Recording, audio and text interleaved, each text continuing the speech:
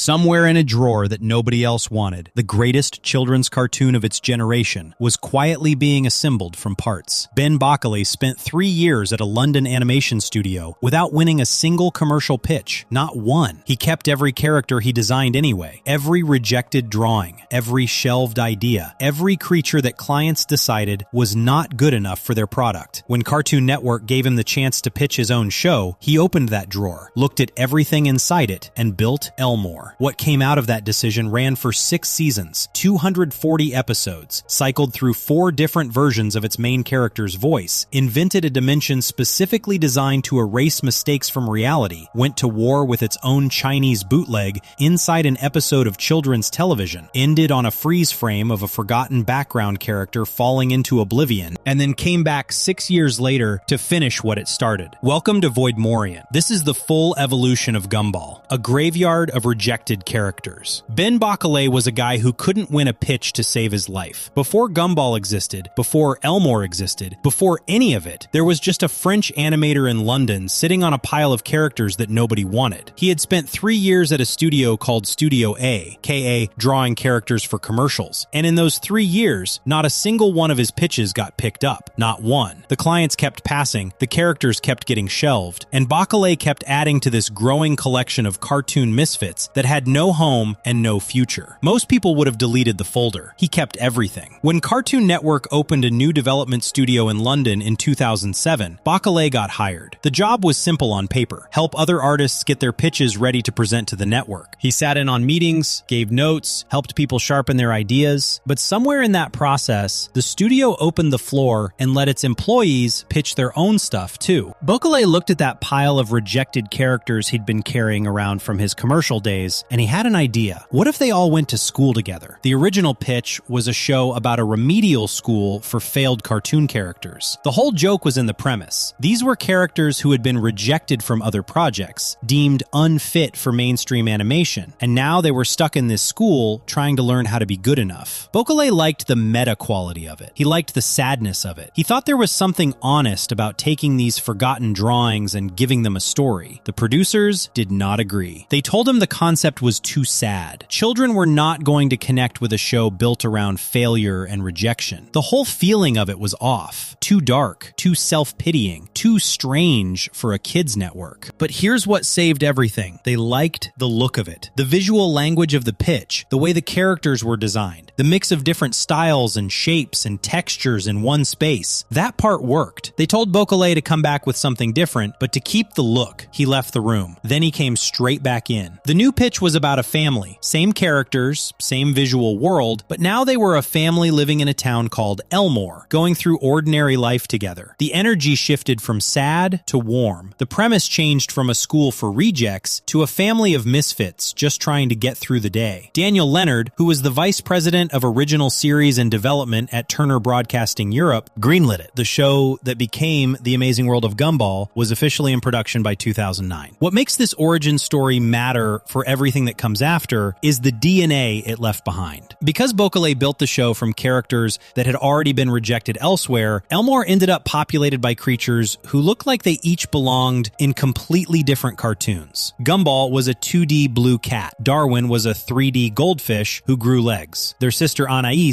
was a tiny pink rabbit. Their father Richard was a large pink rabbit. Their mother Nicole was a blue cat. The neighbors, the classmates, the people on the street, a balloon, a cloud, a ghost, a piece of toast, a T-Rex, a peanut with antlers. Nothing matched. Nothing was supposed to match. These characters had been designed for separate projects with separate visual rules, and now they were all jammed into the same neighborhood, the same school, the same frame. That accident of origin became the show's most distinctive feature. Most animated shows have a unified art style. Every character in The Simpsons looks like they belong in The Simpsons. Every character in SpongeBob lives in the same visual world. The Amazing World of Gumball looked like someone had taken 5 different cartoons and mixed them in a blender, then set them against real photographs of streets and buildings and supermarkets. The backgrounds were live-action footage of real locations, mostly in and around London and other parts of Britain. The sky was a real sky. The grass was real grass. The Watterson house sat on a real residential street. And in the middle of all of this utterly normal, photographically real real world, a 2D cat and a 3D goldfish and a claymation rabbit were just trying to get home from school. Bocalé had described what he wanted as something that would make young children believe Elmore was a real place. He talked about wanting kids to ask their parents if they could go on holiday there. The live-action backgrounds were the tool for that. By grounding the cartoon characters in a visually real environment, the show created a specific tension that it would spend 6 seasons exploring. What happens when completely cartoonish things try to exist in something that looks almost like the real world? The family at the center of the show was also personal in a way most animated families are not. Bocalé named the characters after his own family. Nicole was his mother, Richard was his father, Anais was his sister. Gumball, he said, was a version of himself, not as dumb, but sharing certain traits. The Watterson surname came from Bill Watterson, the creator of Calvin and Hobbes. These were not throwaway details. They were the foundation of why the family felt like a real family, even when the situations around them were completely surreal. The show premiered on Cartoon Network in the United Kingdom on May 2nd, 2011, with the episode called The Mystery. In the United States,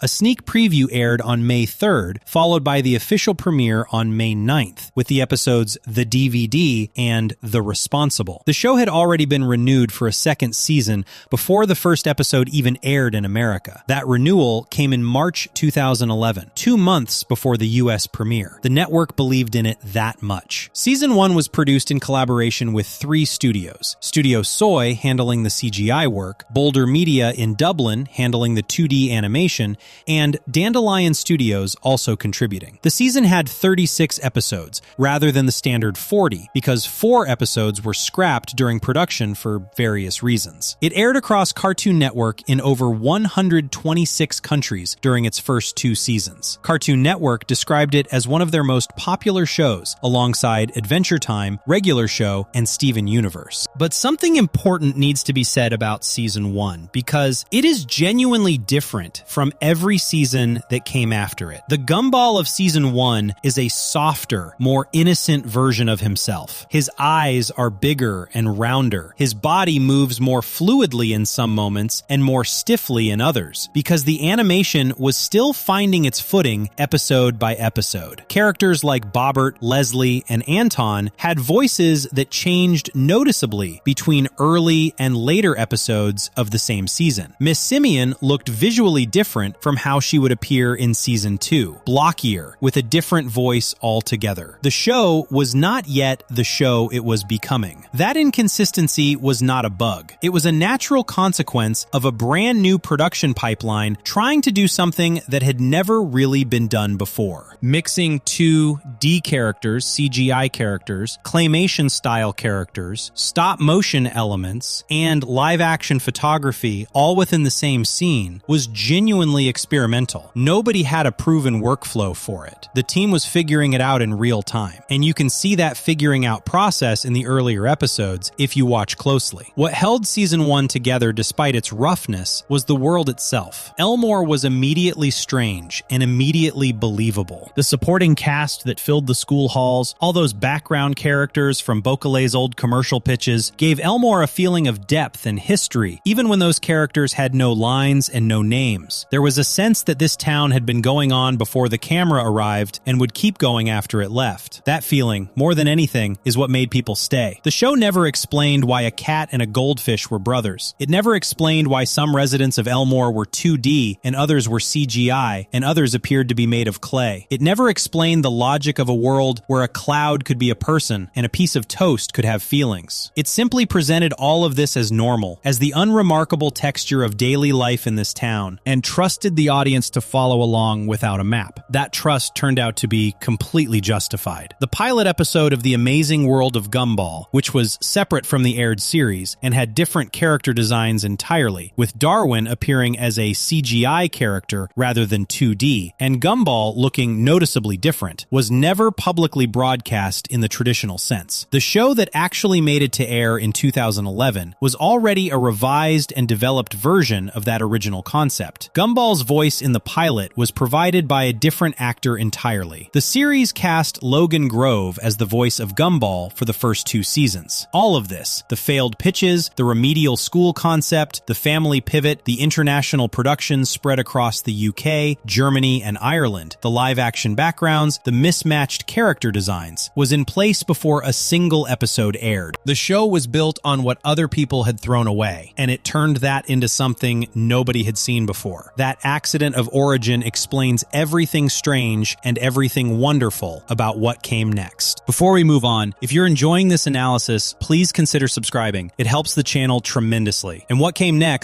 starting quietly in Season 2, was the show actually becoming itself. Sharper, faster, stranger, and far more interested in asking uncomfortable questions than its friendly exterior let on. The visual changes between Season 1 and Season 2 were obvious to anyone paying attention, but the changes underneath the surface, in what the show was actually willing to do and say, were something else entirely. Section 2. Season 2. The show becomes itself. The gap between Season 1 and Season 2 of The Amazing World of Gumball is one of the most dramatic shifts in the history of Cartoon Network. Not dramatic in the sense of a total reinvention. The characters were the same. The town was the same. The basic premise, a blue cat and his goldfish brother getting into trouble in a strange town, was still fully intact. But the way the show moved, the way it thought, the way it told its jokes and built its stories had changed in ways that felt almost like the whole production had taken a deep breath between seasons and come back with a completely different level of confidence. Season 2 premiered in the United Kingdom on October 8th, 2012. Boulder Media, the Dublin-based studio that had handled the 2D animation in Season 1, was no longer involved. The animation moved in-house to Cartoon Network's European headquarters. Studio Soy in Germany continued handling the CGI characters as they had from the beginning. The result of this production change was immediately visible on screen. The character outlines got thicker. The eyes changed shape, moving from the rounder, softer look of Season 1 toward the oval shape that would define the characters for most of the show's remaining run. The animation became more deliberately exaggerated, more elastic, more willing to stretch and snap and do things that pure realism would never allow. The show leaned harder into slapstick, which gave the physical comedy more impact. When something hit the ground in Season 2, it felt like it hit the ground. The show had found its physical language. But the bigger change was in the writing. The jokes in Season 1 were funny. The situations were inventive, but Season 2 arrived with a speed and a willingness to go to stranger, darker, more uncomfortable places that Season 1 had only occasionally hinted at. The plots moved faster, the gags hit harder. The show started developing a habit of taking a completely ordinary family sitcom premise and running it so far past its logical conclusion that it became something else entirely. Something that kept the surface warmth, but underneath was actually doing something much more interesting. Take the episode The Job, which aired in Season 2. Richard Watterson, the father, gets a job as a pizza delivery driver. On the surface, that is a completely normal sitcom premise. A lazy dad gets a job. The family adjusts. Lessons are learned. The Amazing World of Gumball takes that premise and runs it straight into a crisis of reality. Because Richard has a job, the fabric of the universe begins to tear apart. Order collapses. Logic stops working. The world physically breaks down because Richard working is so fundamentally wrong that reality itself cannot hold together while it's happening. The episode plays this completely straight. The apocalyptic chaos caused by Richard being employed is treated with the same matter-of-fact tone as everything else in Elmore. That tonal commitment, treating absurd premises with complete seriousness, was the engine of Season 2. The show wasn't winking at the audience and telling them it was being silly. It was building a fully logical internal world where the rules were strange but consistent, and then following those rules wherever they led, no matter how far that was from anything resembling a conventional cartoon story. Darwin's character also shifted noticeably in Season 2. In Season 1, Darwin was often just as impulsive and thoughtless as Gumball. They were partners in chaos, two minds operating at roughly the same level of recklessness. Season 2 started pulling Darwin in a different direction. He became warmer, more grounded, more genuinely moral. Not preachy. The show was never preachy, but increasingly the character who actually noticed when something was wrong, who cared about fairness, who wanted to do the right thing, even when Gumball had already committed to doing the extremely wrong thing. The contrast between them became one of the show's primary sources of both comedy and genuine feeling. Gumball moved in the opposite direction. He became sharper, more sarcastic, quicker to assume the worst about a situation, while simultaneously charging toward it anyway. The naive cheerfulness that defined him in Season 1 didn't disappear, but it got layered over with something more self-aware. He started to understand when he was being ridiculous. He just often didn't stop being ridiculous anyway. Season 2 also expanded what the show was willing to do with its own structure. The episode The World is one of the most formally unusual things the show produced in its early seasons. A collection of short vignettes showing the secret lives of the inanimate objects of Elmore. There's no Gumball and Darwin plot, there's no central conflict. The episode simply wanders through Elmore, looking at what the background of this world is doing when the main characters aren't watching. A water cooler has feelings. Hot dogs have ambitions. The episode treats all of this with complete sincerity, and by the end of it, Elmore feels genuinely lived in a way it couldn't have from just watching the main characters. That willingness to experiment with format, to say, what if this episode had no main character? What if it was just vignettes? What if the plot was technically just everyday life? Would become increasingly important as the show got older. Season 2 planted those seeds early. The episode The Finale, which closed Season 2, deserves particular attention because it did something almost no other animated show would attempt. The premise was that every character the Wattersons had ever wronged, every mess they had ever caused, every consequence they had ever avoided was now coming back at once. All of it. The episode essentially forced the show to keep a ledger of its own continuity, to remember what its characters had actually done across 2 seasons, and to take some kind of responsibility for it. The Wattersons face an angry mob of every character they've ever impacted negatively. It's played for comedy, but the underlying logic that actions have consequences, that you can't keep causing chaos without the chaos eventually finding you, is real. For a show aimed at children, that's a genuinely unusual thing to say. Season 2 was also where the show's relationship with its own medium started becoming a theme rather than just a backdrop. The live-action backgrounds had always created a strange tension between the cartoon characters and their environment. Season 2 started poking at that tension more deliberately. There were moments where the show's mixed media nature became part of the joke rather than just part of the visual style. Characters would interact with their environment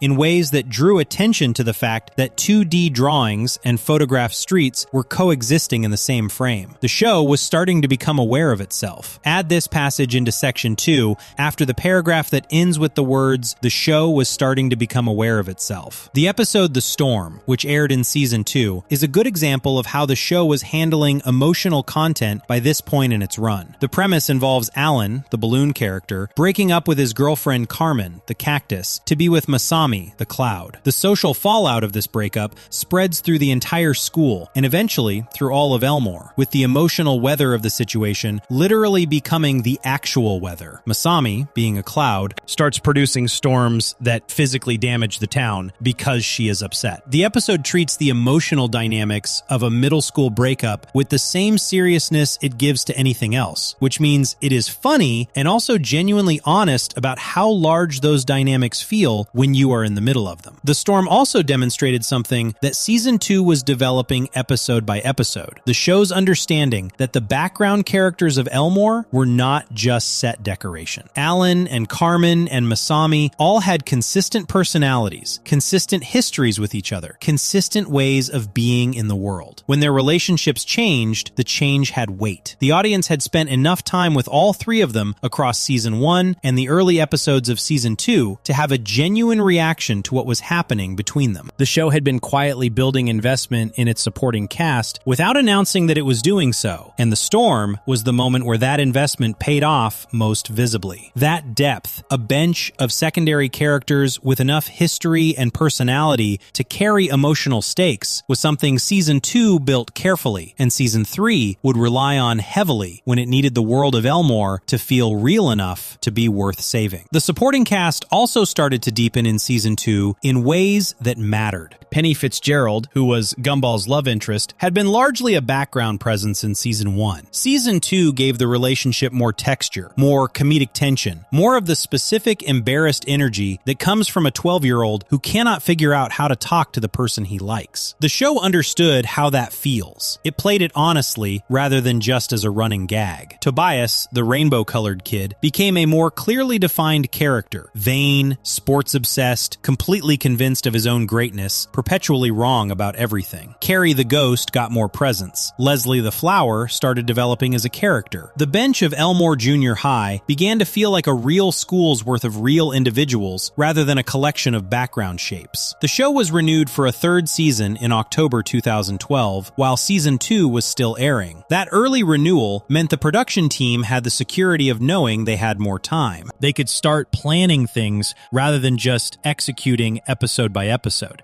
And the things they started planning in season 2's production period, the ideas they began developing for what would come next, were significantly more ambitious than anything season 2 contained. Because season 2 was excellent at being funny and strange and emotionally honest in the moment, but it was not yet asking the biggest questions. It was not yet reaching toward the mythology that would define the show's best years. It had found the show's voice, that specific combination of absurd comedy and genuine feeling and meta-awareness, but it hadn't yet decided what to do with that voice beyond making very good individual episodes. Season 3 would change that. Before season 3, though, something happened in the production of season 2 that would ripple through the rest of the show's existence. The voices of Gumball and Darwin, Logan Grove and Kwesi Boachi, who had been with the show since its first episode, were going through puberty. Their voices were changing. It was happening gradually across season 2, and anyone listening carefully could hear it. A slight crack here, a deeper note there, the kind of change that's invisible when it's happening slowly, and then suddenly very obvious when you compare the beginning of a season to its end. The show had a problem. It had cast real children to voice real children, which created an authenticity that most animated shows don't have. But real children grow up, and when they grow up, the voices that made those characters sound like 12-year-olds stop working. Other shows deal with this quietly. They replace the voice actor without comment, hope nobody notices, and move on. The Amazing World of Gumball looked at this unavoidable biological reality and decided to do something extraordinary with it. They decided to make it part of the story. Before we move on, if you're enjoying this analysis, please consider subscribing. It helps the channel tremendously. What that looked like, how it was handled, what it meant for Gumball and Darwin as characters, and what it revealed about the kind of show this was actually becoming. All of that was waiting in the first episode of season 3. Section 3, The Kids, when real life became the episode. Most cartoons pretend their characters exist outside of time. Bart Simpson has been 10 years old for decades. Ash Ketchum stayed 10 for most of his journey. Cartoon characters have a deal with the audience, a silent agreement that the normal rules of growing up do not apply inside the show. Nobody ages. Nobody changes in ways that can't be reset by the next episode. The clock doesn't move. The Amazing World of Gumball broke that deal. Not by aging its characters, but by doing something stranger and more honest. It acknowledged, directly and loudly, that the people giving its characters their voices were human beings subject to the same biological rules as everyone else. And when those biological rules created a production problem, the show turned the production problem into one of the most quietly profound episodes it ever made. The Kids is the first episode of season 3. It aired in the United States on June 25th, 2013, after a gap of 184 days from the previous episode. At the time, the longest gap between episodes in the show's American broadcast history. That gap existed because the production was navigating something it had never had to navigate before. Logan Grove, who had voiced Gumball since the beginning, was going through puberty. Kwesi Boachi, who had voiced Darwin across seasons 1 and 2, was going through the same thing. Their voices were changing in ways that could no longer be smoothed over or worked around. The decision the show made was not to hide this. The decision was to put it in the episode. The Kids opens with Gumball and Darwin teasing their parents about getting old, making jokes about their father's age, then turning the same jokes on their mother until she stops finding it funny. Nicole walks out of the bathroom with a warning that nobody stays young forever. Gumball and Darwin laugh this off. They are 12. They will be 12 forever. Time is something that happens to other people. Then Darwin says the word change, and his voice drops so suddenly and so dramatically that it shakes the bathroom walls. Gumball asks if he's all right. His own voice drops in response, going so low that it physically destroys the room around him. The two of them stand there in the wreckage of the bathroom, staring at each other, dealing with the fact that something has happened to them that they have no framework for. The rest of the episode follows Gumball and Darwin trying to live their normal day with these new, uncontrollable voices. They try to get on a bus. Darwin asks for kids' tickets in a voice so deep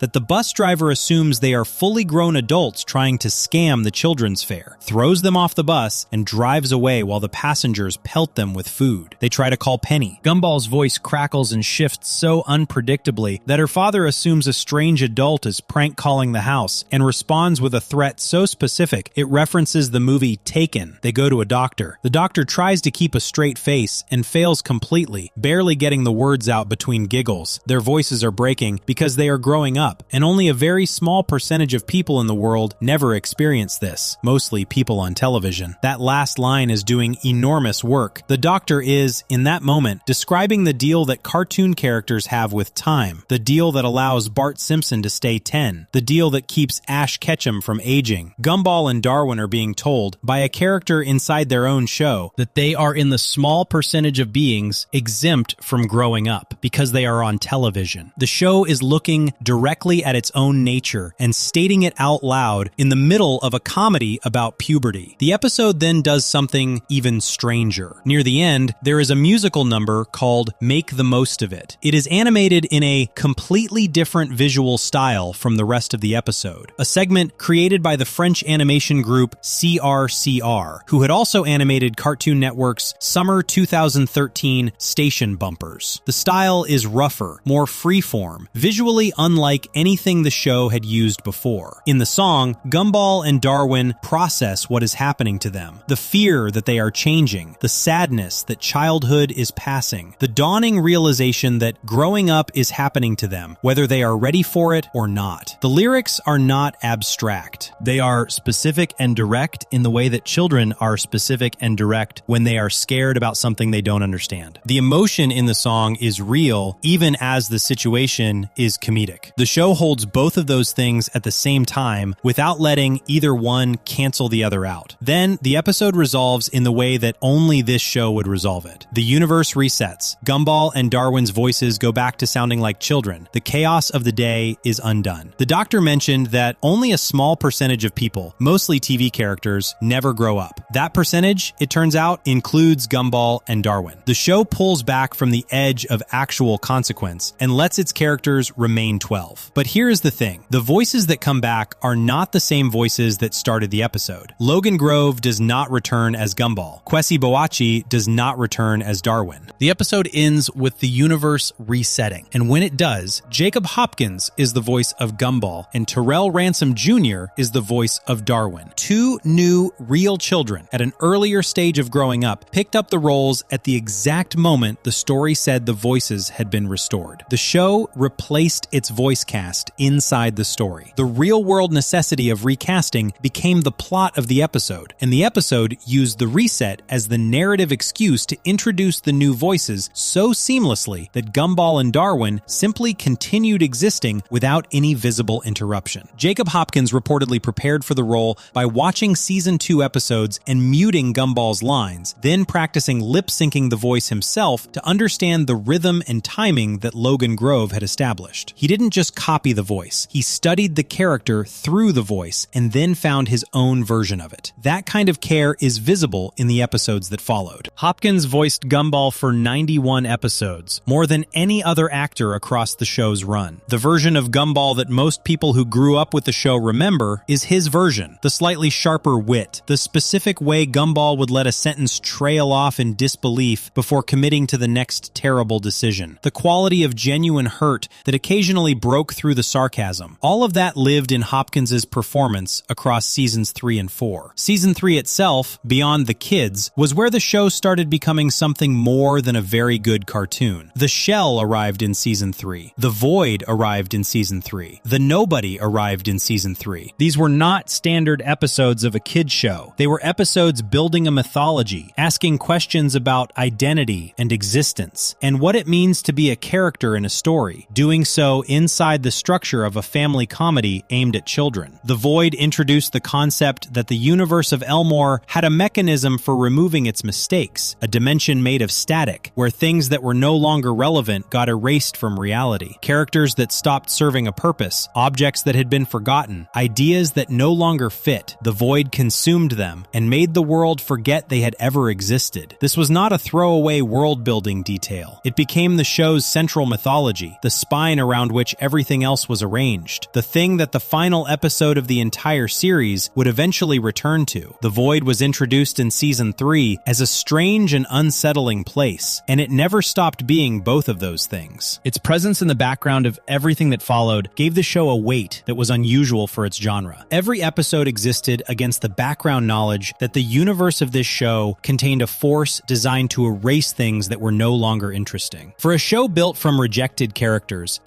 that had already been deemed unworthy of existing in other projects, that was a particularly pointed thing to put at the center of its mythology. Season 3 also contained an episode called The Finale, carried over from the end of Season 2 in spirit, if not literally. The show had a habit of episodes that felt like endings without being endings. Episodes that took stock of everything the characters had done and asked what it all meant. By Season 3, the show had enough history to make that kind of reflection feel earned. The visual style continued developing. The character eyes settled into a more consistently circular shape rather than the oval they had taken in Season 2. The animation became more fluid and more willing to use the full range of the character's physicality. The backgrounds, still live-action photographs, started being used more deliberately, with the disconnect between the cartoon characters and their real-world settings sometimes becoming the joke itself. The camera noticing and highlighting the strangeness of a 2D cat standing in a photographed British street. All of this, the kids, the void, the shell, the settling of the visual style, the deepening of the cast, made Season 3 the point at which The Amazing World of Gumball stopped being a show with potential and became a show with a vision. It knew what it was, it knew what it wanted to do, and it was starting to build towards something that would take the rest of its run to fully deliver. Season 4 would take everything Season 3 had established and push it further into the mythology, further into the formal experiments, further into the question of what kind of show this actually was underneath its brightly colored surface. Before we move on, if you're enjoying this analysis, please consider subscribing. It helps the channel tremendously. But before that happened, something needed to be resolved. Penny Fitzgerald was still walking around Elmore in her peanut shell, and the show had been quietly building toward a moment where that shell would crack open, literally, and change her character forever. The episode that handled that moment is one of the most carefully constructed things The Amazing World of Gumball ever produced. And almost everything that makes it work was borrowed from a completely different artistic tradition. Section 4. The Shell. A children's show does something brave. Penny Fitzgerald had been in the show since the beginning. She appeared in Season 1 as Gumball's love interest, a peanut-shaped creature with antlers, walking around Elmore Junior High in what appeared to be a hard outer shell. The show never explained what she was exactly. She was just Penny. She existed. She had feelings for Gumball in the way that characters in school shows have feelings for each other, awkwardly, with a lot of missed moments and bad timing,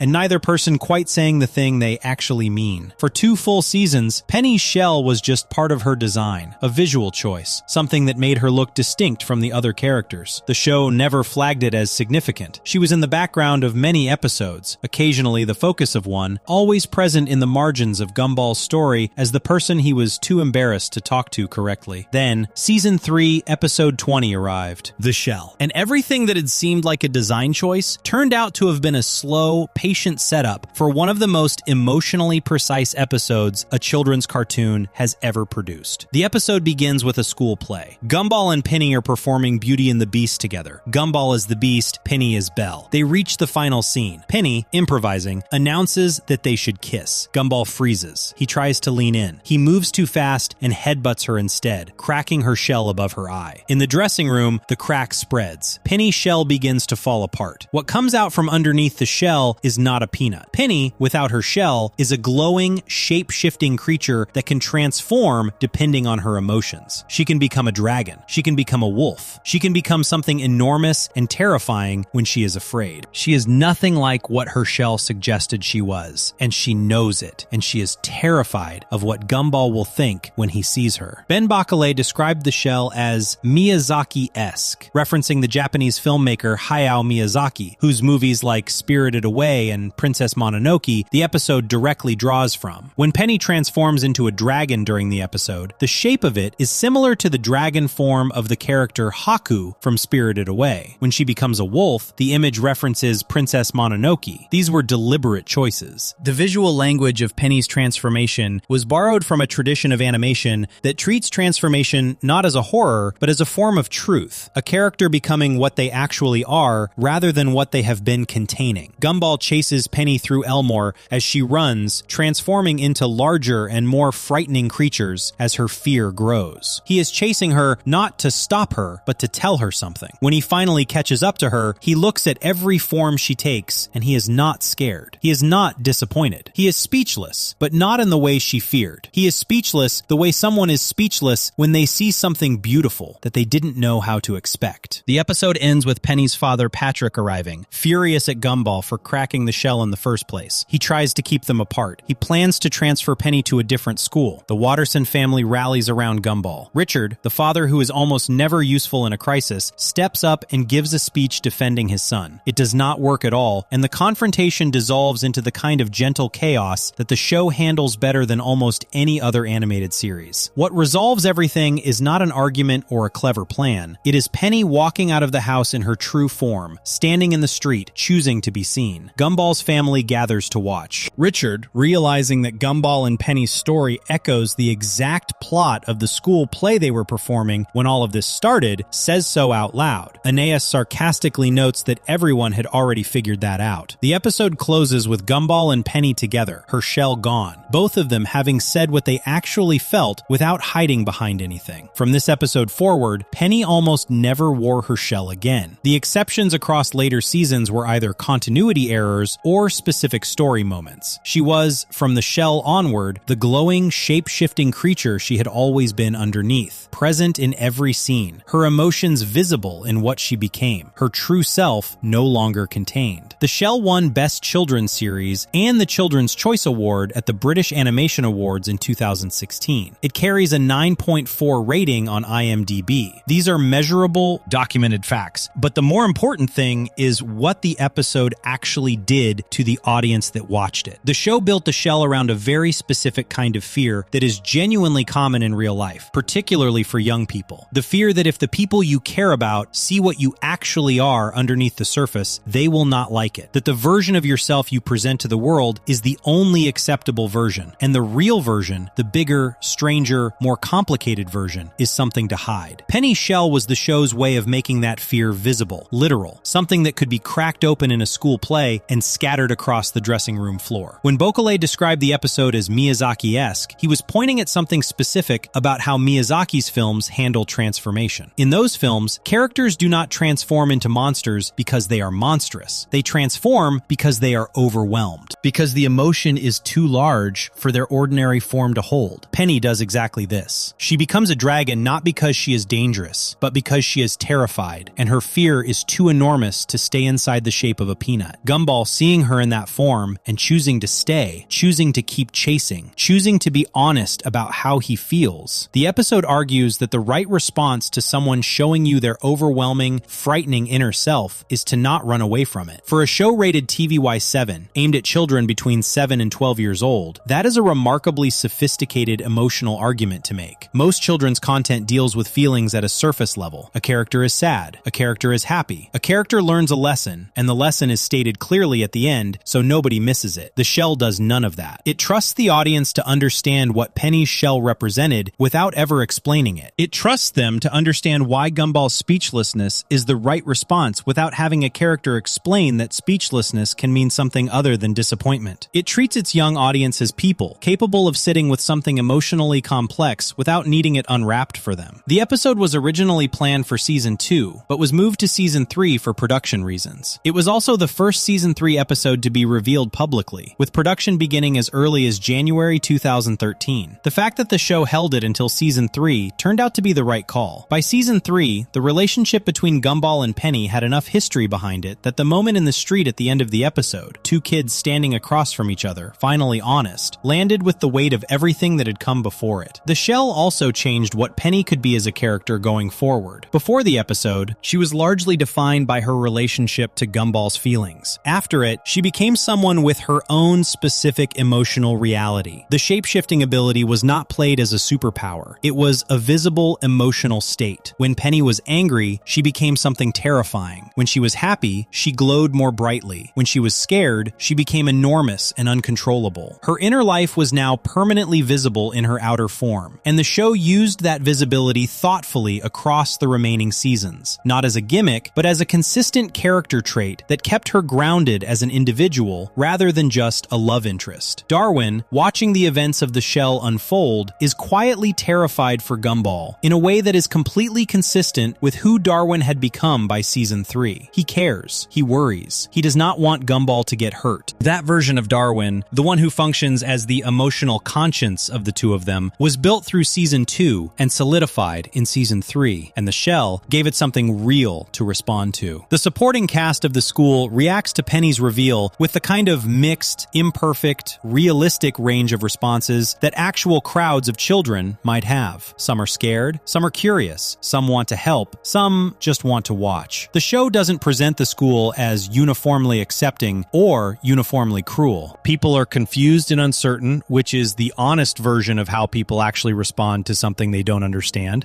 There is a detail in the episode that is easy to miss and worth noting. When Penny runs through Elmore transforming into different creatures, the town responds to each form she takes with the same ordinary Elmore energy that greets everything in this show. The world of Gumball has always had monsters in it, creatures from every possible visual tradition living alongside each other without explanation. A glowing shapeshifter running through the streets of Elmore is unusual, but Elmore is a town where unusual is the baseline. The setting itself made Penny's reveal feel possible rather than catastrophic. That was Bocalé's original insight, the one that made the whole show work. By building a world out of mismatched characters from different traditions, he created a place where something like Penny's true form could exist, without the story needing to stop and account for it. Elmore was always strange enough to hold her. Before we move on, if you're enjoying this analysis, please consider subscribing. It helps the channel tremendously. The Shell is season 3 at its most confident and most compassionate. But season 3 was also where the show started building something much darker underneath its warmth. A mythology about what happens to the characters and objects and ideas that Elmore decides it no longer needs. The void had arrived, and with it came a character who had been hiding in the background of the show since the very beginning, largely invisible, largely forgotten, who was about to become the most philosophically interesting villain the show ever produced. Section 5. The Void. The show invents its darkest idea. There is a dimension inside the world of Elmore that most of its residents do not know exists. It looks like television static. It sits somewhere outside the edges of the show's reality, pulling things in and making the world forget they were ever there. Characters disappear into it. Objects get swallowed by it. Ideas that no longer fit the story. Things that have become irrelevant. Mistakes that the universe of Elmore has decided it does not want to keep. All of it gets erased into this dimension of noise and forgotten completely. The show called it The Void. The Void first appeared in season 3, in an episode called The Void. The setup was simple enough. Gumball and Darwin notice that a classmate named Molly has vanished from school. Nobody else seems to notice or care. When they try to bring her up, the conversation slides away from her name before it can land. People look right through the space where the memory of her should be. Something in the atmosphere of Elmore is actively resisting the acknowledgement that Molly ever existed. Molly Collins had been a recurring background character before her disappearance. The wiki describes her as being rendered to look like a claymation figure, a visual design that already set her apart from the other characters in the show's already visually mixed world. She existed in the background of school scenes, present enough to be recognizable, absent enough from the foreground that, when she disappeared, the world of the show could plausibly forget her. The choice of Molly as the first human-style victim of the Void was deliberate. She was exactly the kind of character the Void would target, distinctive enough to be noticeable when gone, but not central enough to the story that the main characters would have been constantly interacting with her. Mr. Small, the school counselor, has a van named Janice. Janice has also disappeared. Mr. Small, uniquely among the adults of Elmore, has been quietly aware for some time that people vanish from this world without explanation. He believed it was his van's girlfriend. The show plays this detail for comedy, but the detail underneath the comedy is genuinely unsettling. Mr. Small had been noticing the symptoms of the Void long before anyone put a name to it. He had no framework for understanding what was happening. He had only the observation that things were disappearing and that nobody else seemed troubled by their absence. Gumball, Darwin, and Mr. Small find a way into the Void. They travel through it looking for Molly and for Janice. What they find there there is a dimension that looks like broken, unfinished reality, low-quality versions of things, incomplete models of objects, the visual language of something that was started and abandoned. Molly is there. Janice is there. The dimension is full of things that were deemed mistakes, deemed no longer necessary, erased from the world of Elmore without ceremony. The visual design of the void in this episode was specific and intentional. The space used unfinished-looking assets, models that appeared incomplete, environments that had the quality of a set that was built for rehearsal and never upgraded for the actual production. Characters within the void, who had been there for a long time, like Rob, had taken on the visual properties of the space around them. They had become low quality, glitching, broken in the way that a file becomes corrupted when something goes wrong during the process of saving it. The void did not just remove things from reality, it damaged them. It turned them into distorted versions of what they had been. They rescue Molly, they rescue Janice, they return to the real world, and then, almost immediately, their memories of the void are erased. The world does not allow them to keep the knowledge of what they found. Molly returns to Elmore Junior High, and life continues as though nothing happened. This memory erasure was one of the void's most unsettling properties. The dimension did not only remove the things inside it from reality, it removed the memory of those things from the people who had known them. Gumball and Darwin, who had just spent an episode rescuing someone from an impossible dimension, woke up the next day with no recollection of having done it. The sacrifice of the effort was complete. Even the knowledge that the effort had been made was taken away. The void was thorough in a way that made it genuinely frightening underneath the show's comedic surface. But in the background of the escape sequence, visible to anyone watching carefully, there is a blue, one-eyed character who can be seen in the dimension. He is not rescued. He is not noticed. He is left behind in the void as Gumball, Darwin, and Mr. Small pull Molly out and close the portal behind them. His name is Rob. Most viewers did not know who Rob was the first time they watched The Void. That was the point. Rob had been a background character in seasons 1 and 2. A tall, thin, blue student at Elmore Junior High who appeared in crowd scenes, occasionally tried to get Gumball and Darwin's attention, and was consistently and completely ignored. In the episode The Pony, Rob had even walked up to Gumball and Darwin in public and attempted to have a conversation with them. They called him Rich, did not recognize him, and Darwin casually kicked him into a manhole while they were walking past. The show treated Rob's invisibility as a joke in seasons 1 and 2, a running background gag about a character who existed but whom the main characters genuinely could not retain any memory of. He was there, he just didn't register. The Void revealed that this invisibility was not accidental. Rob had been sent to the Void because the universe of Elmore had judged him to be a mistake, a character without sufficient purpose or personality to justify his continued existence in the story. He had been erased from reality and from the memory of everyone who had ever walked past him, including the two main characters of the show. His irrelevance had been formalized into a cosmic punishment. He escaped from the Void during the events of the Void. Not cleanly. He grabbed onto Mr. Small's van, Janice, as the portal closed and was dragged out through the shrinking gap. The process of escaping through a closing portal between the Void and reality left him physically damaged. When Rob reappeared in Season 3's episode The Nobody, he looked entirely different from his Season 1 and 2 background appearances. His body had been distorted by the escape. He appeared as a glitching, broken version of himself, a character whose design visually communicated that something had gone wrong with his existence at a fundamental level. He had also gained something from his time in the Void that no other character in the show possessed. He was aware that he was in a television show. The Nobody, the episode that formally reintroduced Rob after his escape, built his new identity carefully. Gumball and Darwin discovered evidence of someone living in their house, food going missing, strange sounds, signs of a presence that could not be explained. When they finally encountered Rob, they did not recognize him. His distorted appearance made him look nothing like the background character they had never really noticed in the first place. He had to explain who he was. He had to argue for the reality of his own prior existence to two people who had never registered that existence in the first place. The episode treated this with the specific kind of comedy that sits very close to genuine sadness. The comedy of someone having to prove that they were real to people who simply could not remember them. The Void, the episode revealed gradually across subsequent seasons, existed outside the normal rules of the show's fiction. Characters who spent time in it could perceive things that Elmore's ordinary residents could not. Rob came back from the Void knowing that he was a side character in a narrative centered around someone else. He understood that Gumball was the protagonist protagonist and that he himself was not. He understood that his banishment to the void had been a consequence of not being interesting enough to matter to the story being told around him. That realization became the foundation of everything Rob did from season 3 onward. He became Gumball's arch-enemy, not because he was evil in any conventional sense, but because becoming the villain was the only role available to him that would make him significant. A side character cannot justify his existence by being pleasant and forgettable. A villain, by definition, matters to the story. Rob chose villainy not out of malice, but out of existential necessity. A character deciding to be antagonistic because the alternative was returning to the irrelevance that had sent him to the void in the first place. The show handled Rob's arc across seasons 3 through 6 with remarkable consistency. In season 4, the episode The Nemesis showed Rob actively trying to become a better villain, seeking help from Gumball and Darwin to learn how to be more threatening, only to discover that effective villainy requires a kind of committed cruelty that Rob genuinely doesn't possess. He hesitates. He shows kindness at inconvenient moments. He is, at his core, a decent person, attempting to perform being a terrible one because his continued existence seems to depend on it. The Nemesis episode is important specifically because it refused to make Rob straightforwardly threatening. The joke of the episode, Rob asking the protagonists of the show he is trying to destroy to help him become better at destroying them, was also a genuinely honest portrait of someone who had decided what they needed to be but could not make themselves into it. Rob wanted to be a villain. He understood intellectually that being a villain was his path to significance. He simply lacked the cruelty that effective villainy required, and no amount of practice or advice could manufacture it. The gap between who Rob had decided to be and who he actually was formed the most consistently interesting character tension the show produced across its later seasons. Season 4's The Disaster and The Rerun were the episodes where Rob's meta-awareness was pushed to its furthest point. Rob obtained a television remote control that could manipulate reality itself, rewinding it, fast-forwarding it, changing the channel. He used it to take control of Gumball's life and destroy it, manipulating events to cause maximum damage. The episodes shifted in visual style when Rob used the remote, the show's normal aesthetic warping and glitching in ways that reflected the remote's power over the medium itself. Gumball, in The Rerun, eventually gained his own access to the remote and attempted to fix everything Rob had broken. The resolution was not a clean victory. It was the kind of messy, complicated outcome that life actually produces rather than the kind that satisfying stories prefer. The remote control as an object was doing something very specific within the show's mythology. A television remote controls what you watch on a television. In the hands of a character who was aware that he was inside a television show, the remote became the single most powerful object in the universe of Elmore, a tool that could rewrite the story being told around him. Rob using it to rewind and fast forward and change the content of Gumball's life was Rob doing the thing that the void had always done to him, but doing it deliberately and with intention rather than as an automatic erasure. The show gave its most meta-aware character the most meta possible weapon, and then watched what happened when someone who understood the rules of fiction used those rules against the story they were trapped in. Rob's awareness of being a character in a show was used more as a source of genuine sadness than as a comedic gimmick. He was not a funny, fourth-wall-breaking character in the tradition of other self-aware cartoon characters who wink at the audience and make meta-jokes for laughs. His awareness was a wound. It was the thing the void had given him, and he couldn't give it back. He knew he was fictional. He knew his feelings were part of a script. He knew that his entire existence, his anger, his loneliness, his desire to matter, was content being consumed by an audience he couldn't see. The show sat with that knowledge and let it be as uncomfortable as it actually was. The void itself, across the seasons, accumulated a specific and consistent set of rules. Characters who were sent there became difficult to remember. Their absence would not be questioned. The world of Elmore would simply adjust around the gap they left, the way water fills a space. The void was described in fan analysis and in the show's own mythology as something like a force of cancellation, the mechanism by which a story removes the elements it no longer needs. This metaphor was not subtle once the show made it explicit. The void was cancellation. The threat of the void was the threat that the show would end, that the characters would stop being needed, that the story would decide it was finished with them. When Banana Barbara, a character with the ability to paint the future, began producing paintings that showed only static instead of concrete future events, it signaled that the void was expanding. When those paintings eventually showed Rob falling into the void, it was a prediction about the show's own conclusion. Banana-Barbara's prophetic paintings had appeared across multiple seasons before their significance became clear. She was a background character, Banana Joe's mother, who produced art that depicted real future events. The show used her paintings as foreshadowing in a way that rewarded attentive viewers without requiring casual viewers to track them closely. When her paintings stopped showing futures and started showing static, the audience that had been paying attention understood immediately what the static meant. The void was expanding into the future itself. The world of Elmore was running out of time to exist. The Inquisition, the final episode of Season 6, resolved Rob's arc in a way that had been built toward across 3 seasons. Rob disguised himself as a school superintendent named Superintendent Evil and attempted to transform the cartoon characters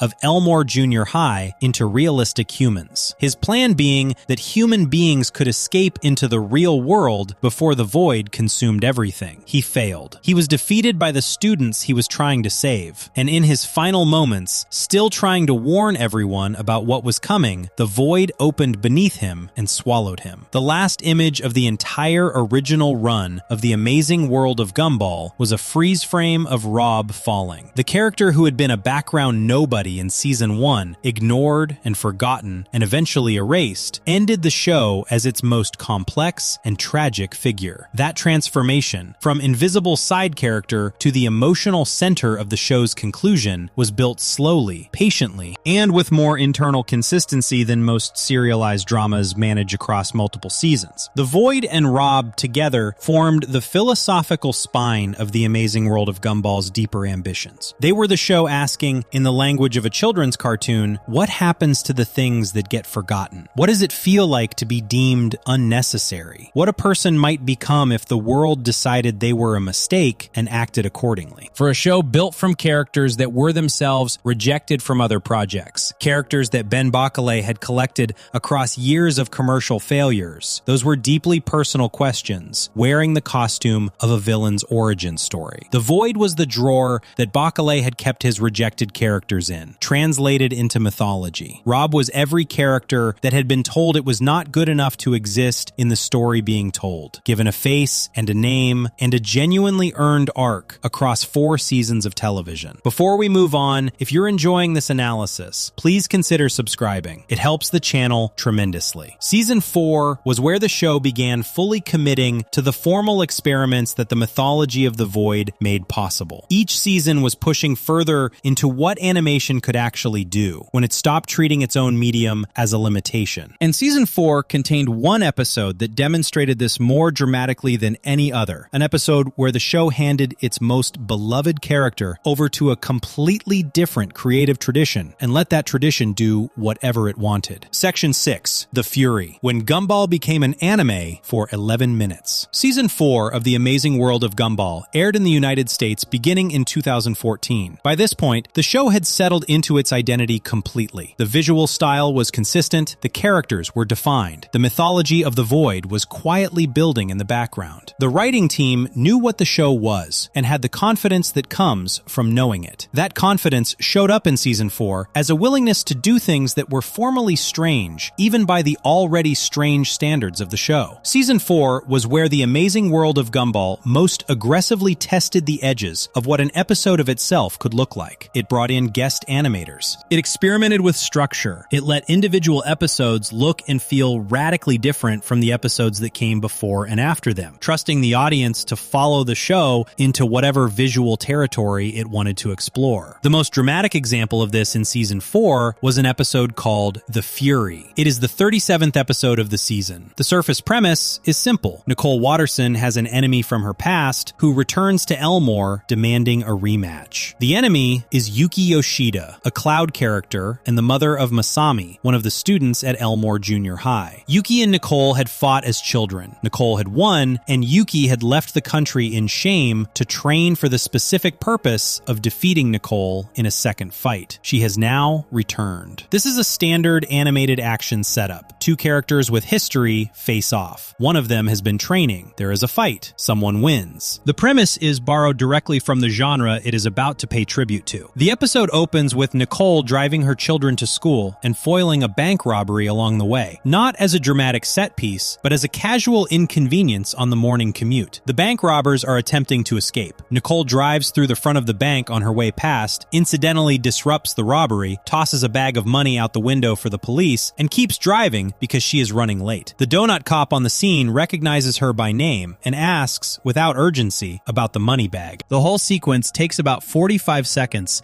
and establishes Nicole's capabilities before Yuki arrives. A reminder that the person Yuki has spent years training to defeat is someone who stops armed robberies as an afterthought on the school run. Yuki arrives and insults Nicole publicly. Nicole, to the complete shock of her children, refuses to fight back. She apologizes. She walks away. The kids are baffled. Their mother, who once scared a hospital into performing emergency surgery faster simply by existing in the waiting room, is backing down from a stranger who insulted her in a parking lot. The backstory is delivered through Masami, who explains that Nicole and her mother Yuki had history from when they were young. The explanation arrives as a flashback rendered in the visual style of manga, flat black and white panels, the bold line weights, and expressive faces of printed Japanese comics rather than animated movement. The young Nicole and young Yuki are drawn to look like early Dragon Ball characters. The flashback shows Nicole winning their childhood fight through an unexpected surge of strength that neither of them could explain or predict. Yuki, dishonored by losing to someone she had outclassed for most of the fight, left the country to train until she could guarantee a different result. What the Fury does with that premise is give its central fight sequence entirely to Studio 4 Degrees C, a Japanese animation studio based in Tokyo. Studio 4 Degrees C had produced work for music videos, films, and short films that were known for being visually detailed and stylistically ambitious. For the Fury, they animated the fight between Nicole and Yuki in the style of 1980s Japanese action animation, the kind of animation associated with early Dragon Ball, with energy attacks and dramatically lit facial expressions, and the specific visual grammar of two incredibly powerful people destroying everything around them, while the people watching from the sidelines can barely process what they are seeing. The shift happens mid-episode. Everything before the fight is standard Gumball. The regular visual style, the regular character designs, the regular comedic pacing. Then the fight begins, and the entire show transforms. Nicole and Yuki become more detailed, more humanoid, rendered in the specific way that 1980s Japanese action animation rendered its fighters. Their eyes change color. Nicole's eyes turn purple. Yuki's turn gold. Energy crackles around them. The gymnasium where they are fighting looks like it exists in a completely different show from the one that opened the episode 20 seconds earlier. The Watterson children watching the fight are rendered in a different style again, a chibi style. The super small, super round character design associated with Japanese animation aimed at very young children. Their horror and amazement at what their mother is doing is expressed through exaggerated wide eyes and tiny trembling bodies. Masami joins them. She has brought popcorn. When the kids look at each other in disbelief and fall over sideways, the show is using a visual comedy gesture borrowed directly from the genre it is paying tribute to. The lip syncing during the fight sequence is deliberately bad. This was a specific creative choice. Badly dubbed Japanese animation was a shared cultural memory for the generation that grew up watching imported cartoons in the 1990s and early 2000s, where the mouths of the characters moved in ways that did not match the words being spoken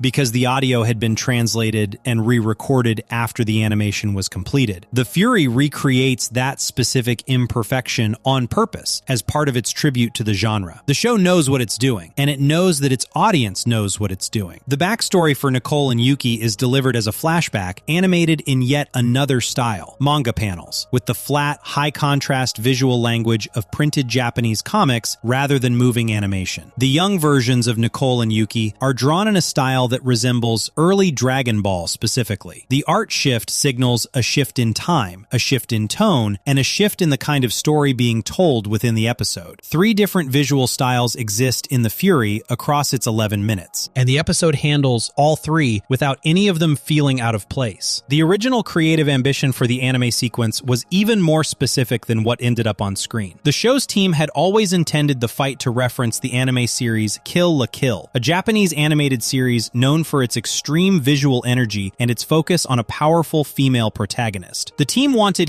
Hiroyuki Imaishi, the director of Kill la Kill, and his studio, Studio Trigger, to animate the sequence. That collaboration could not be arranged. Studio 4 Degrees C stepped in, and what they produced drew more heavily from Dragon Ball and classic 1980s action anime than from Kill la Kill. The final result referenced Dragon Ball's visual language so specifically that Nicole and Yuki in their fight forms were compared to Goku and Krillin, two of Dragon Ball's most recognizable characters. Nicole's line during the fight is one of the most quoted moments the episode produced. Yuki, who has spent years training in specific martial arts schools, asks which school taught Nicole to fight. The schools she names, Hokuto, Konoha, and Mr. Miyagi, are references to famous martial arts traditions in Japanese animation and film. Nicole's answer is that her school was the school of life. She has raised 3 children and 1 husband. Then she attacks. The line is funny. It is also a genuine statement about Nicole's character across the entire show. Nicole Watterson, across 6 seasons, is the person who holds everything together. She works full-time, she manages the household, she compensates for Richard's near-total uselessness as a functioning adult. She parents 3 children with completely different needs and personalities. The joke about her training being motherhood and marriage lands because the show has spent 4 seasons showing exactly how intense that training actually was. The episode uses the anime genre's visual grammar with enough accuracy that it reads as genuine tribute rather than surface-level mockery. The energy attacks that Nicole and Yuki throw at each other reference the Kamehameha, the signature attack from Dragon Ball, without using the name. The scene where Yuki destroys Nicole's car is a direct reference to the bonus stage from the Street Fighter series of video games, where players smash a car for points. The scene where Nicole nearly loses before finding an unexpected surge of strength mirrors the scene in the original Street Fighter where Ryu defeated Sagat. The episode is built from specific, accurate references to specific real things, not vague gestures toward a genre, but exact knowledge deployed with precision. The fight ends. Nicole wins. Yuki, losing for the second time to the same person, initially refuses Nicole's offer to restore their friendship. Then, their children nearly destroy each other in the collateral chaos of watching, and the shared experience of almost losing their kids to their own argument breaks Yuki's resistance. She apologizes. Nicole accepts. The friendship is restored. The show returns to its regular visual style, and everything that happened in those few minutes of anime exists afterward in the same casual register that Elmore applies to everything unusual. The Fury is a season 4 episode, but the wiki and various broadcast records list it as part of that season's run. Mike Graves, who directed every episode of the first 4 seasons, directed The Fury. The guest animation from Studio 4 Degrees Celsius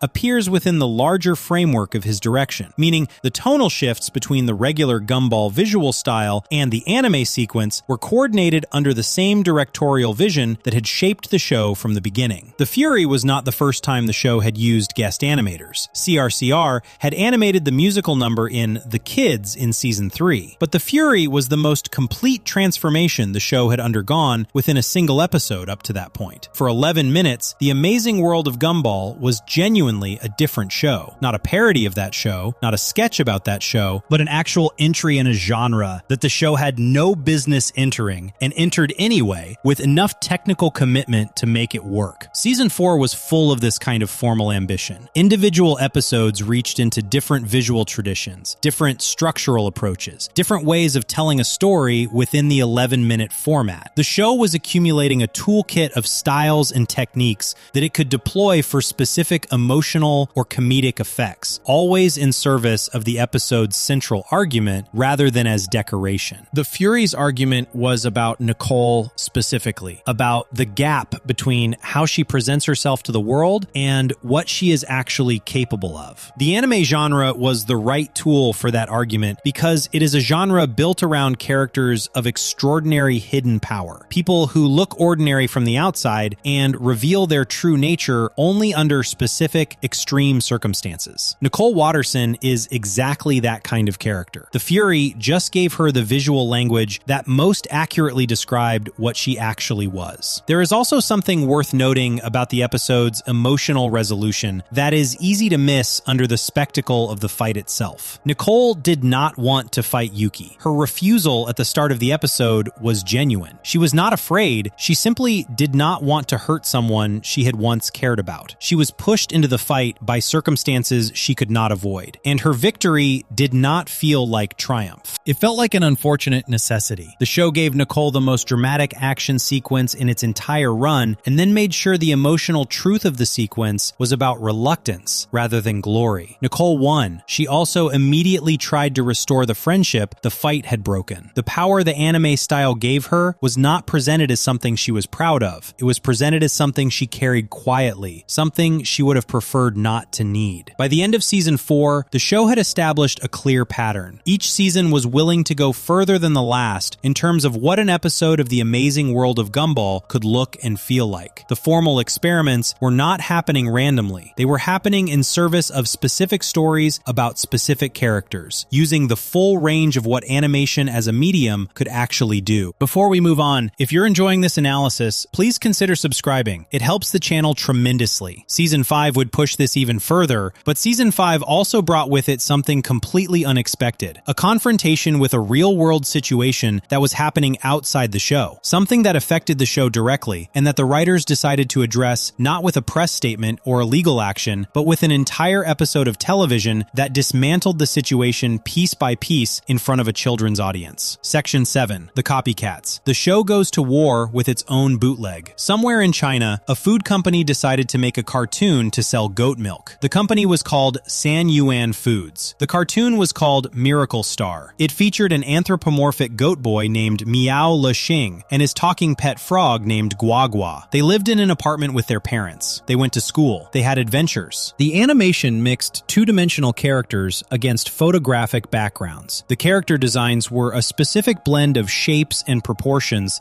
that placed different kinds of cartoon creatures in the same visual world as each other. If this sounds familiar, it is because every single one of those decisions was lifted directly from The Amazing World of Gumball. Miracle Star became known online in early 2015 when a YouTube user uploaded a commercial from the series and titled the video Chinese Gumball. The comparison was not subtle. Miao Le Xing was a clear copy of Gumball. Guagua was a clear copy of Darwin. The parents were copies of Nicole and Richard. The visual approach of mixing character types against photographic, real-world backgrounds was copied from the show that had built its entire identity around that approach. Several scenes in Miracle Star were not just similar to scenes in The Amazing World of Gumball. They were the same scenes, shot for shot, with the character design swapped out. The first scene of The Amazing World of Gumball's episode, The DVD, was reproduced almost exactly in a Miracle Star commercial. Ben Bacale was aware of it. He discussed the similarities publicly. The situation circulated widely online. Miracle Star ran for 12 episodes before being canceled due to negative reviews and attention it did not want. The whole thing was over relatively quickly in production terms, but the writers of The Amazing World of Gumball had been watching, and they had decided what to do about it. They made an episode. The Copycats is the 11th episode of Season 5. It premiered on Cartoon Network in the United States on February 6, 2017. It was directed by Mike Graves and written by Ben Bacale, alongside Toby Wilson, James Hamilton, James Huntrods, and Joe Markham. The premise of the episode is that the Wattersons discover a family of counterparts who copy everything they do in order to make money from internet videos. The copy family is called the Chi-Chi family. Chi-Chi is the name of Gumball's counterpart, a goat, not a cat. His companion is a frog named Ribbit. The family has no equivalent of a Nace, the youngest Watterson child. The episode explains this absence with a machine-translated line from the Copy family's website that reads, "Woman no right to celebrate in Republic of People." The show is making a pointed reference to China's historical preference for male children and the policies around family size that shaped the country's demographics during the years Miracle Star was produced. The details in the Copycats are accurate to the actual Miracle Star in ways that required the writers to have studied it carefully. The family being goats rather than cats, the companion being a frog rather than a goldfish, the absence of an Anais equivalent, the visual style of the Copy family during their scenes, which parodies the lower production quality of the actual Miracle Star animation. The show knew exactly what it was referencing and was precise about every element of the reference. The plot follows the Wattersons trying to get the Chi-Chi family to stop copying them. Their initial attempts to simply ask nicely fail completely. The copycats mirror everything the Wattersons do, immediately and without shame. The Wattersons then escalate to attempting increasingly dangerous and bizarre stunts, knowing that the copy family will replicate each one and injure themselves in the process. This escalation spirals across the episode until both families are in a high-speed truck chase toward an unfinished bridge. The Wattersons escape thanks to Anais thinking clearly under pressure. The Chi-Chi family, having no Anais equivalent, does not escape. They go off the bridge. The next day, all traces of the Chinese series have disappeared from the internet. The episode ends with the Wattersons celebrating their uniqueness. Then they glitch. Their voices change. The family continues existing but now sounds different, and the episode closes on that change without commenting on it directly. That closing moment was the second layer of what the copycats was doing. The episode marked the final performances of Jacob Hopkins as Gumball and Terrell Ransom Jr. as Darwin. Both voice actors had been going through puberty again, the same biological reality that had ended Logan Grove and Kwesi Boachi's time on the show in Season 3. Hopkins had voiced Gumball for 91 episodes across Seasons 3, 4, and 5. Ransom had voiced Darwin across the same period. Their replacements, Nicholas Cantu as Gumball and Danielle T. Hansley Jr. as Darwin, took over the roles starting with the episode that followed. The show used the Copycats episode to handle both the real-world situation of the Miracle Star Plagiarism and the real-world necessity of replacing its voice cast, binding them together in a single meta moment. The Wattersons glitching and emerging with new voices was the show's way of saying that the characters continued existing even as the specific people giving them their voices changed. The glitch was the transition. The celebration of uniqueness that preceded it was the show asserting its own identity in the face of something that had tried to copy and profit from it. Nicholas Cantu, who became the third actor to voice Gumball, was born in 2003. He was around 13 or 14 when he began voicing the character, keeping Gumball's voice in the range of an actual 12-year-old rather than an adult performing younger. Danielle T. Hansley Jr. took over Darwin across the same period. The recasting happened across seasons 5 and 6, with Cantu and Hansley voicing the characters through to the show's original conclusion. Season 5 itself averaged around 998,000 viewers per episode in the United States. The season was filmed between March 3rd, 2016 and May 12th, 2017. Its writing team included Nathan Auerbach, Daniel Berg, Ben Bocale, Joe Parham, Toby Wilson, Andrew Jones, Kieran Murtaugh, Joe Markham, John Shearman, Louise Coates, James Hamilton, James Huntrods, Jessica Ransom, John Foster, and James Lamont, among others. The Copycats received critical praise and is consistently cited by viewers and critics as one of the show's most inventive episodes. The specific acclaim focused on the clarity of its satirical target